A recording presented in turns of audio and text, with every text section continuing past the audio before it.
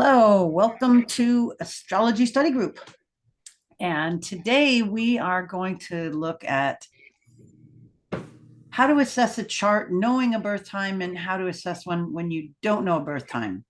And basically, I mean, you can do you're getting information, and with one, you have access to the whole file, to everything there, um, and by knowing the houses, it's telling you where in life the action is occurring. Now, it doesn't mean that you can't know a lot of other stuff and sort of figure it out, but you have to maybe go in a different way. So I'm going to show you knowing all the stuff at first, and then we'll take away some of the factors like not knowing a birth time, which is just about most of the people, until unless you ask or you get one. But what the cool part is about that is once you find a birth date, and not even the place, you can just go look up that date in your ephemeris and get where all the major planets are at. Now, I wanted to say this before I forget it, because I know we get into a lot of stuff. I want to talk about the moon. You know that the moon moves through a sign, it moves through 30 degrees in 2.5 days. So if you think I'll do the math for you. It's got to go 30 degrees in 2.5 days. So if we go 12 degrees and 12 degrees per day, and then like a half a day would be 6, that would add up to 30, right? So you go 12 plus 12, 24, 6 is 30. All right. I'm not insulting your intelligence. I just want to help you work through this stuff, because sometimes it gets complicated when you're thinking of numbers. And if you just have a ready, set, go in your head, it makes stuff like this a lot easier. So, now the moon is moving 12 degrees a day. So when I don't know a birth time, I will try to set the time of the person for noon. And then I will, and then you can read the ephemeris for noon, the moon at noon, or you can figure out where it is. So let's just hear my little thought on that. If you have it at noon, then it can only go 6 hours one way or 6 hours the other way. So you'll get honed in on somebody's moon. Okay. So it's like well, this one is at 2:30 a.m., but at let's just pretend it's noon. All right. So we would see the moon here at 23 degrees and say this is noon. Let's just pretend. It could only then be 6 degrees. If it were earlier, it would be 6 degrees, up to 6 degrees earlier. So 23 minus 6 is 17, right? So if that person were born right after midnight, they would have, this one would have a 17-degree moon. And if it were just a minute before the new midnight, it would be almost at the next sign. So adding the 7 degrees, it would be almost into Gemini, maybe like 29, whatever. So you would then go, well, this person is probably a pretty solid Taurus moon here. It's like he's born at 23 degrees and it's noon. So he's going to be back to 17 or up maybe to 29. Maybe if he's born real close to midnight, he may be this. Anyway, you can ascertain that. Now that's pretty big. Then you go across and you then see where all the outer planets are, because those aren't going to change. Pluto is going to be here at 6 degrees Leo, all of these outer planets, unless of course it's just like one of those things that's like here, like Neptune is your 29. So you might want to look at the minutes, if it's 29:59, no, that would be interesting to know. But the chances are that's probably not. Anyway, you can get all of that. And then as you get closer to the sun, the sun is at that degree.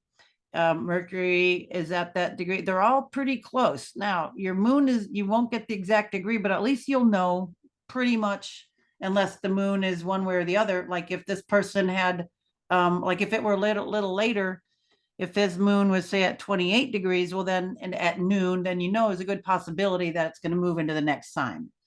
And then you would have to just kind of study both of those moon signs a little bit and kind of, if you know the person, they would exhibit one or the other. If you don't, you have to just try to find a way to go like, Oh yeah, no, that's definitely of this type or that type. And you know also that you should remember that each sign from one to the next is kind of opposite. You know, it's like if just think about it, you go from like solid Taurus to ungrounded, can't can't sit still Gemini. You know, it definitely would be, you would definitely know, you know, if that person has a, you know, Taurus, you know, depthy, earthiness to them, or if they're just kind of emotionally volatile. So it's pretty good. You know, you can pretty much get that moon. Now, what you're going to give up by not knowing the houses, you're going to give up knowing the rising sign, you know, how they present themselves to the world, you know, and there's all kinds of ways to try to hone in on it.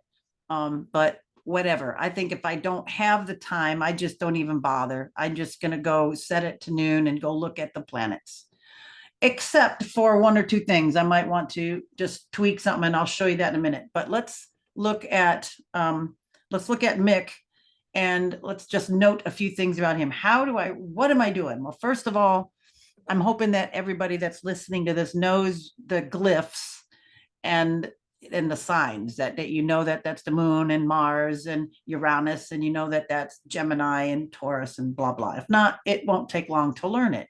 And if you're a new person just listening or just trying to learn astrology, don't get overwhelmed with it. And there's still a lot of things you can glean without too much astrobabble. But the signs are just shorthand for all of these things. And I gotta say one other thing I think about. I think some of the most intelligent people are astrologers and musicians, because you have to think with a lot of your brain and multiplexed. Like when you're looking at this chart, you're thinking of, you know, Gemini. Like let's just look at this right over here. You know, right, Uranus here. So we've got the sign Gemini. You know, we know that this is the glyph of Uranus. Uranus is 7 degrees in Gemini, and it's in the 12th house. So we've got all that layered meanings. All of them mean something. You got to know what the 12th house is all about. You have to know what uh, Uranus means. You have to know what what Gemini means, what Uranus in Gemini means. It would help to know the ruler of Uranus. Just keeps getting more complex, but it gets more interesting and more precise. It's kind of like maybe like looking through a microscope. You know, you learn, you know, the first layer, you look at the real big view, and it's like, oh, look at all that. Then you get a little closer and you're like, oh wow, and you look closer and it gets more focused and you see more, and then it's like, holy crap, look at that, I would have never known. It's just so amazing when you can micro in, but yet still have a lot with the outer view. Okay, all that being said, what we start to understand is that all of these planets are, when you know the birth time and you know where things are at, I look at it now as where this is, all these events are playing out. Before I look at anything here, which is kind of the other way, which I'll show you in a minute, I look and see where the glom of all of this stuff is. If I had to throw a ball of mud at this, where did it hit? You could throw other things, but that one's much nicer. Okay, so all of this is, you know, is on the, you know, the eastern side of the chart. This is the rising sun energy. This is where the sun is coming up from the depths of midnight, and it's coming up over the horizon. So there's a lot, you know, it's underneath, but it's still, all these planets are starting to rise. And there's not a lot on that outer side over here. Actually, nothing. This here is a moon node over here. So he's got a bowl chart. You might have remembered when we started patterns. So that's very interesting. So we know that he's got a bowl chart, and it's all kind of on this certain side. And we've got stuff from the 12th house over to the 4th house, fifth house. He's got a big, born way north. So he's going to have a warped chart. So he's got a large 6th house here. So anyway, it's in those areas of life. It's in, you know, his moon and Mars and Uranus are over here in the depths, you know, in the Piscean area. He's got Saturn, you know, rising in his 1st house. So he's pretty serious. Although he's on stage, he's serious, right? But he's varied, you know, with the Gemini there, it softens the Saturn. All right. Anyway, Nothing in the second house, but we still always have something on the cusp. Don't ever forget that. Just because there's not a planet there doesn't mean there's not a lot going on. And again, there's layers of what we look at. But anyway, we're looking here. What we're just noticing, he's got Cancer here and then Cancer on this house. And then he quickly goes into the sign. It quickly goes into Leo. And then he's got a lineup of planets and the other node of the moon in Leo here. So we got 1, 2, 3, 4, technically 5, they say, planets, or I guess they say planets. Maybe it's node of, I have to see if the nodes actually qualify. In a sign as a stellium, but I like to say 3 or more, because you get in a party, you've got a third of the energies out here, all in one side, a third or more. So we've got, the sun, and everything goes around the sun, and then we had a whole glom right over here in Leo. Wow, what year was that? It was 1943. So we've got Jupiter and Pluto. Look at a conjunction, 5 and 6 degrees of Jupiter and Pluto. Oh, interesting. And then Mercury close by. So we can get into all day explaining this, but that's okay. I'm not going to go there because, I don't want to do a whole thing on Mick Jagger, but I want to just show you, like, this is pretty important. We have a stellium here. And then we know that this is a big deal, and it's taken up 2 houses. He's a big character, we're trying to wrap him up here. And then we've got this, the 2 benefics, Venus and Neptune, out here at the other end. In Virgo, though, it won't go too far away. It's like we can dream, but come home now and write about it, kind of. All right, so we got some little synopsis here of knowing stuff is in these areas. Now, quickly, always go look at the outer planets and where they're at, because they're not going to move. So do a quick little mental note. So we got Pluto over here in the 3rd house and Neptune in the 5th. And then we got Jupiter and Saturn are all over here. Okay, that's like they'd have to be because, we already said he's on this part. All right, but anyway, we got a kind of a tight grouping of the outer planets. All right, they're there. Now,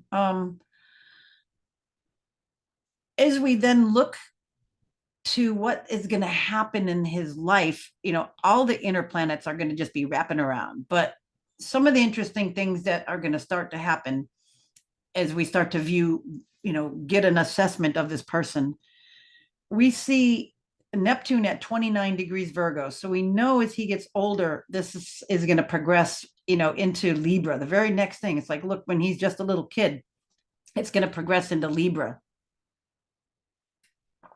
And it's going to start spending a long time in his, going in his 6th house. Is that right? 1, 2, 3, 4, 5, into his 6th house of work and service, but he's got Libra there.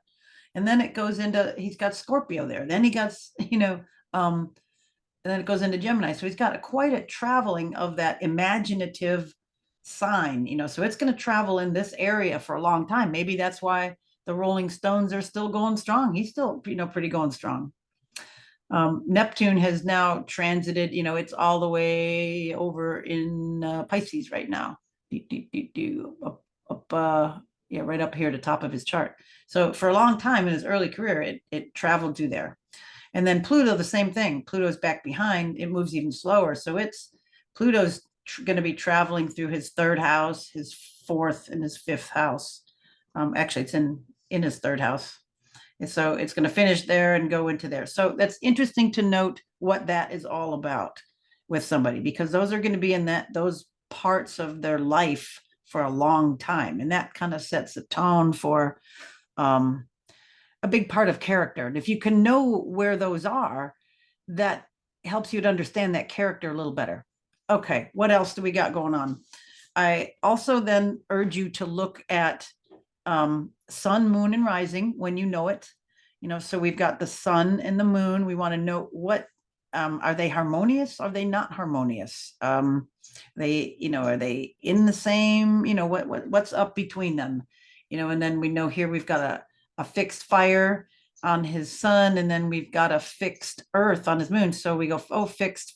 So there's a square, but not by degree, but by element. So, okay, so he's got a light square there.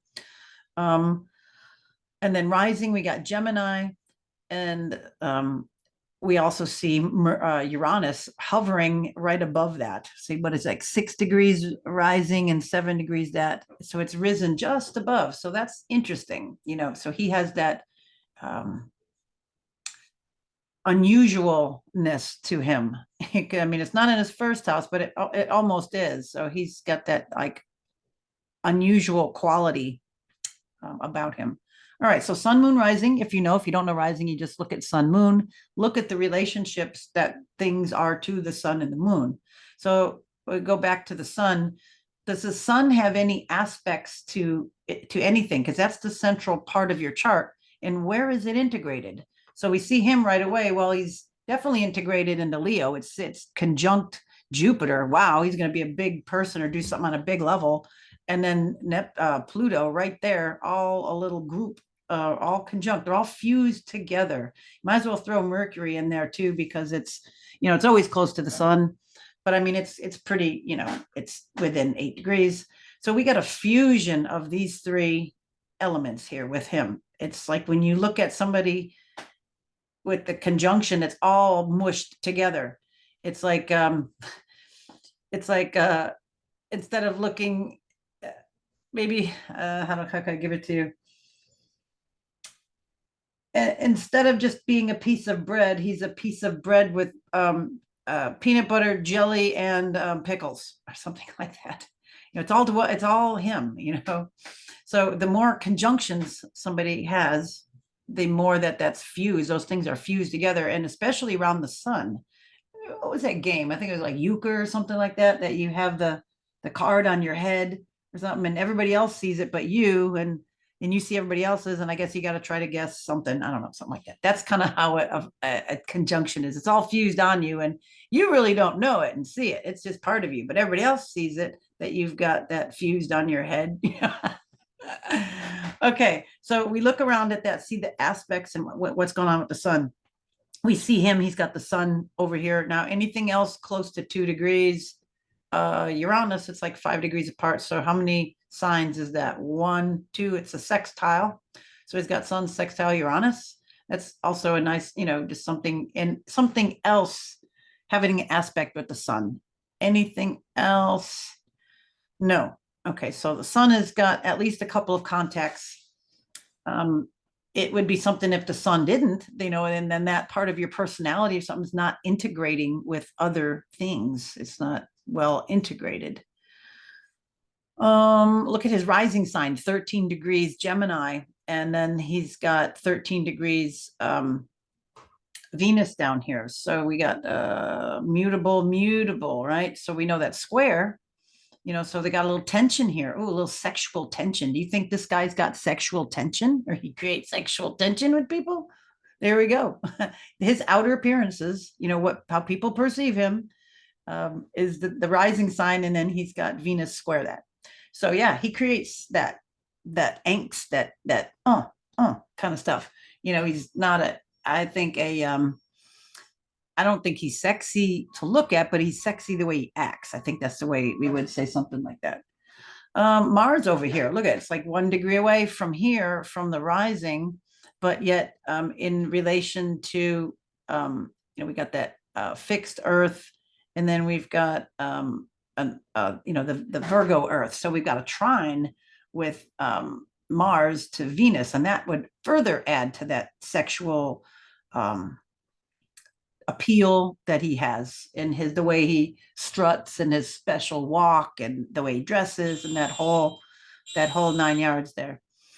What else? Okay, so you get the point. We start looking for things, and then we see Mercury, it's close as well. So we can see the Mercury, back over here with Mars. So we start looking at that. And this is also what we're going to do in the other one, when you don't know nothing, when you know nothing. All right, but other than that, let's just do one more roundabout with this and look at the critical angles as well. Look at the rising and look at the descendant, because the descendant is the others, and he's got Sagittarius here. So maybe lots of others, hard to settle down.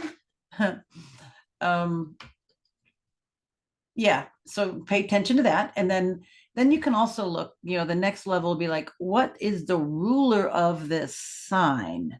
So we would say the ruler of Sagittarius, say, is Jupiter. And you go, where is Jupiter? And we go look in the third house and we see what's going on there.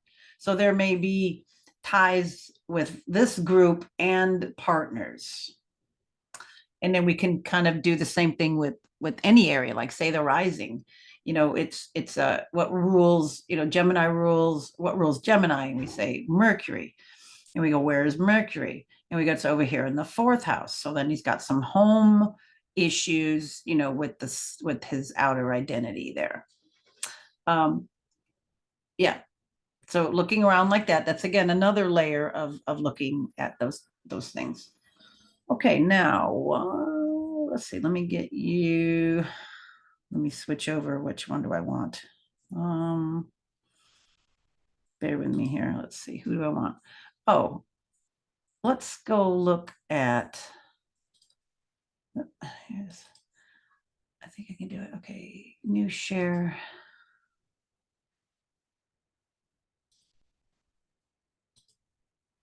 Okay, and we should be seeing Ron DeSantis. Now, I'm pretty sure, I don't have it where I can see in front of me, that I don't have a good birth time for him. But what I did on this, his moon. Okay, I just thought it would be, if I were God, if I were him, this is when I would want to pop out. Because, okay, so look at this. It's just, a little after, it's it's 1 a.m. But look what happens if this were the case. I think the moon would be a deciding factor. And it almost kind of seems like that to me. I mean, he seems like a Cancer kind of rising person, but he's got all that, the heavy Virgo energy. But I just got to just share this with you, because check this out. The moon over here in Aquarius would be making aspects, be making a sextile over here to Neptune, gaining vision. It would be making, and there's exact, and then it would be making a trine over here to Pluto, not afraid to go to the depths and bring justice. And I think that's pretty interesting that it would click into place. But you can argue that even if it were a little bit before then, it would still be, applying to that. But I think, I don't know, just when I see charts, certain things they just line up on certain people, and you could just see how the soul would want to come in. Look at this nice, look at this the Saturn to Venus, semi-sextile over here. So that's kind of like, it softens that and it gives some structure to its two things. That's a real nice aspect with that. There's a lot of, I'll have to do a thing on him more, but there's some interesting things. But I just want to show you with the moon and how you can just like read all the way across and then just kind of get a gist of the soul, looking at like how a soul might incarnate and the time it would maybe want to pop out. So this to me just looks like that. I thought I'd share that just because I remember I wanted to share that with you when we were looking at just kind of tuning into a chart. Sometimes if you don't have the exact time. All right, so if we don't have the time, and we'll just continue with him for a second, we can just, I put it here, but, like I said, you can just kind of go with noon, just so you can kind of set the moon.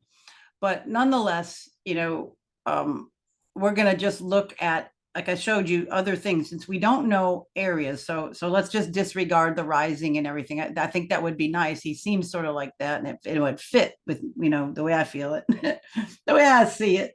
But other than that, we just have to put a heavy emphasis on anything at certain degrees. Or also, we've been talking about that. We see this here as, this really tight 15 degrees, and then we got a 13, and then we've got a lot of stuff at that middle degree. And then we've got a few things at the early degrees. We've got this little conjunction over here in Virgo, we got like a stellium, a little cluster here, but then a nice little Saturn and Mercury in Virgo. So again, this is kind of like, not afraid to say, hey, that stuff you were doing to kids is not a good thing. That stuff that's going on over there, that's not right. It's that's kind of that. And having the, with the Virgo there, it's with the clipboard and a little nah, nah, nah, nah, better, when I told you about it. So that's that kind of energy. It's nitpicky, but it's exacting, and it busts you because it's always right. That intense Virgo. It's like that's the Virgo thing. They're right about a lot of that stuff. They have that meticulousness. So yeah, Virgos, and then they got the sun. I mean, with the and then, oh, another thing about this, it's getting close to the North Node. So that is also very interesting, gaining into that worldly. It's like, look, I got to go in here now. And I don't know, when I kind of look at the charts, and I like to try to see the soul, and not just, the chart, because this is just a reflection of that soul, that whole setup. All right, what else do you need to know coming in? We already talked about knowing the outer planets, kind of getting the energy of that. In his era, in the 70s, there, we've got this whole Pluto and Libra thing. So you got to get kind of familiar with some generational ideas. Read a little bit up on Pluto going through signs. So you got an idea of like the last so many generations back and forward, because it doesn't move very fast. So you only got to memorize a few for a while. Okay. What else about these charts? Let me switch charts and then get another one. I think I'll joggle one more memory bank here. All right, let's go look at him. And new share. So get there. Nope. Nope, nope, nope. We already saw him. Hold on. I thought this one. Bear with me. Nope. It just doesn't want to load up. Let me try one more time. Nope, nope, nope. Okay, so I know we're there. Wait a minute.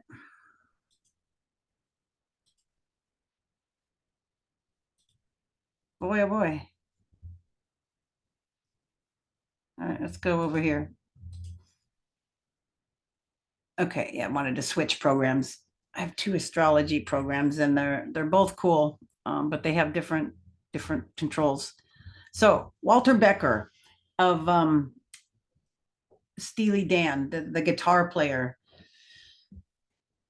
This one is rectified. His birth time is not known, and I'm not sure. I have it in my notes, but why there's 225. Let's just go ahead and take a look at him. Very, very interesting person. We see the Pisces, look at just into Pisces, just 1 degree. And then we have a whole lot of a little Aquarian stellium here. And then up over here, we've got a little Libra stellium. So we've got this nice little trine, I would say. What else I was going to say, call it a triple trine. And then let's go look and see if we have anything else in air, and we don't. So we don't have a grand trine, but we have, all these planets making aspects to all these, quite complicated. They're similar in degrees too. We've got this 18 degrees with a 17, and then there's the 6 is close to the 10. So there's a lot going on here. And again, without getting all into Walter Becker, but you can see all of this back and forth here with these would be very interesting. And then this group up here is all retrograde. And then we got a Venus retrograde. Okay. It's just interesting to note. Now we also have our sun. Remember I said sun, moon, and rising. And then we got sun in Pisces, and then an Aries moon. Ooh, that's just I'd say a little rough. I think Aries moons are a little volatile. So it's like you're conflicted kind of with your nature, you know. You have that little dreamy sun, and then your emotions get quite riled up. It's sort of conflicting in there. And then look at how close, we don't know again the time, but we're looking here. It's like it's just on to this north node. So it's either right there conjunct it, or this was 2 in the morning, or it's going to be past it. So that would be interesting to just kind of see that. Maybe that's why I picked that there, because it was, just applying to the nodes, and that would be kind of make sense as a soul, just because of him and Donald Fagan were such interesting partners. They had a musical relationship that was just uncanny. What they did, and their genius was just amazing, amazing. I don't want to show you the both of them. Actually, I should bring up Donald Fagan real quick. I'll do that. But just the fact that things are approaching the North Node would kind of set that, yeah, he's probably going to have a big career, because all of this stuff, his son and all that's approaching that North Node. All right. So what else am I going to show you about this? I think, yeah, just this little trine stuff, how you can see this is going to be a big complex part of this personality. Again, you don't know the rising or anything. We're just going to forget that just for the moment, or the moon, but we know that the moon is, somewhere around in here.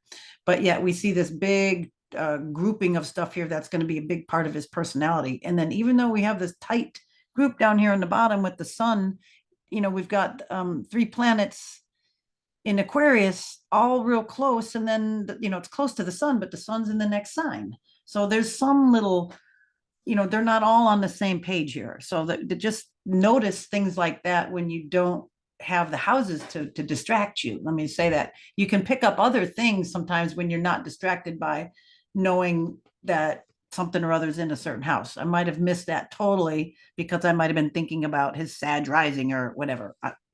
And again, it's not that, because his time isn't correct. All right, let's go real quick, one more, and then we'll do the transits. I want to give you a new share. Donald Fagan. Yeah, look at his buddy. Yeah, this will be good. We'll have to compare these sometime. These two are just, it's an amazing combo. All right, so what do we see with him? And again, we don't know his time, so we're just going to ignore that. And we're going to go look at the sun and the moon, and we see, oh, look at this big Capricorn stuff. Oh, well, that does not surprise me, right? So we've almost got a new moon here, and it could be almost exact if we set that, if we move this forward a little bit, it would be half a day. It's like what, about almost 7 degrees. So if we went, half a day, it could be, the closer to midnight would be, the more the moon would be getting closer to the sun and make the new moon. Mercury right here by the sun and the moon. So this is very interesting. This nice work stellium. It's that real that workhorse Capricorn, up the hill, gotta be exacting and doing it and sticking with it and being strong, and all of that energy is there.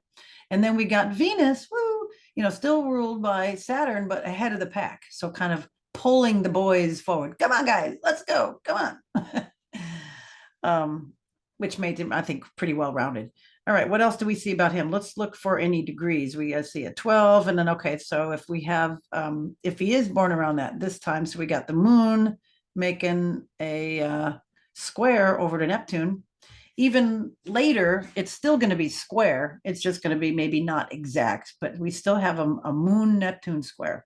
So maybe that's bringing those illusions of his what he's, all that musical genius into some practical ways. You got to have some squares to make things practical. So bringing that, it's like that the moon can be off holding its own kite string too, but it's in practical Earth Capricorn. And then we have, squaring maybe that out there Neptune, but it's in that that sign of Libra where it really understands people, and their lyrics are just really interesting.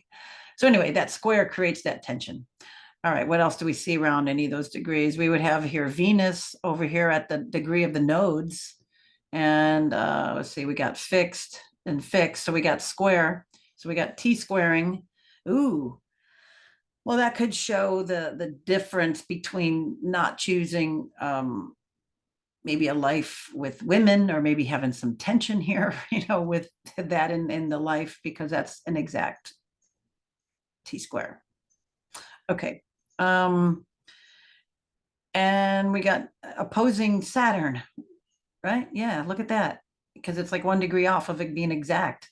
So, whoa, that's interesting. And then we got Pluto real pretty close over here, but definitely the Saturn. So I was going to say this T square with the nodes, there's some karmic destiny here. And then with the Venus and the Saturn opposing, whoa. Yeah. So you start defining, you start seeing how the personality and the soul just starts to unfold when you can focus in on some of this again, and not really need to know sometimes the where in life to kind of see how somebody will unfold and where the energy's going to be. The relationships between the planets, those are really where the rubber hits the road. All right, so how do we tell the future from some of that? How do we know where people are going? And it's kind of like weird. How do you tell the future? You really don't know the future, but what you can do is tell where the road to go is and the conditions. It's like you got to go down the mountain, and the weather is going to be great, nice big high, and it's there's no rain, and it's a good time of year, and it's going to be a good easy ride. But of course you get, if you don't blow a tire or something, or somebody doesn't just run, something weird, something like that doesn't happen, the weather conditions are good. If you're another day, if it's snowing heavily and you have bad tires, it's not going to be that great of a trip. It may be really treacherous. So that's how you look at things affecting what's going ahead forward. There's actually a couple ways, but we're going to just talk about the transits right now. There's progressions, which is a little abstract, and we'll do a whole thought or a whole thing more on progressions. But transits are current planets going around, which you should know. But anyway, they're what's currently happening, interacting with what is given in the birth chart. One thing that is really cool to do, and it takes just a little thought, or maybe a little journal or notebook, or just or on your calendar or day planner or something, is to note the easiest. Well, it's kind of it's like two ways, one in way within the other. Note every month where the moon is. So pay attention to the moon. Really try to get where the new moon is, where the full moon is, and where in your chart is that, because the moon goes around all of those signs in a month, in 28 days, 28 point whatever. And you kind of can experience, every 2.5 days, that moon and that energy. That's your emotions. And it really gives you a good litmus test of sort of what that energy is. Like for me, I've got a lot of things in Aries. And when the moon goes, when it's squaring me or opposing me, I can definitely feel it. Those times when it's, in Libra, which is opposite of me, sometimes it's very trying. Or definitely when it hits Capricorn, it's, it puts a hold on my rambunctious type of energy. It makes me have to go repeat things and go back and to the drawing board, do it again. And when it's Cancer, it makes me, get, it squares, like, again, my wanting to move forward. It's like, no, I've got to do this. I got to do that. It reminds me of this. So those times a year also when the sun is there, because then you get it all month. So note that, because your moon cycles are the little micro ones that happen, through the year. You get one, each month, and then you get a highlight of a new and a full moon. They're going to be pretty much opposite signs. Sometimes they're off a little bit by the way it is, but like we're coming into a Sagittarius new moon. So whatever it is, whenever you're listening to this, it's like, okay, that new moon, wherever it's at, that's going to start a new something. And this one is Sagittarius. So you think, well, what does that mean? It's like higher ideas, aims, aspirations. All right. So let's kind of think on that level. If it's, another time and you're listening to this and it's in Pisces, you think, well, what's the time that I can set forth on my inner self or my dreams or my subconscious? What can I set in motion about that newness? So anyway, that's just kind of a cycles within cycles, how we can use this. All right. So just to recap, when you know the birth time, you've got the rising sign and you've got the slices of life where all of these events are taking place. And you can see, like in this one, say this were him, if say this were exact, if he was born there, you would see that Donald's, most of his stuff, he's kind of a bucket chart. Most of his things are on the Western side, opposite of Mick's. He's got a lot of things all over on the other side, totally. And then we've got one planet, Uranus, over by itself, kind of holding the handle. Remember, there's a moon node, so we discount that. It's not a planet. So we have this little off center holding the bucket of all of this. So you've got that. So okay, where I was going, you have the overlay of the plant of the houses. You can see what's at his midheaven. You can see what is in his house of relationships and where it rules and all that stuff. And when you don't, you have to just kind of focus in on looking at the pattern and looking at degrees. All right, I think that about sums it up. Okay, thank you for watching, and we'll talk next time. Bye for now.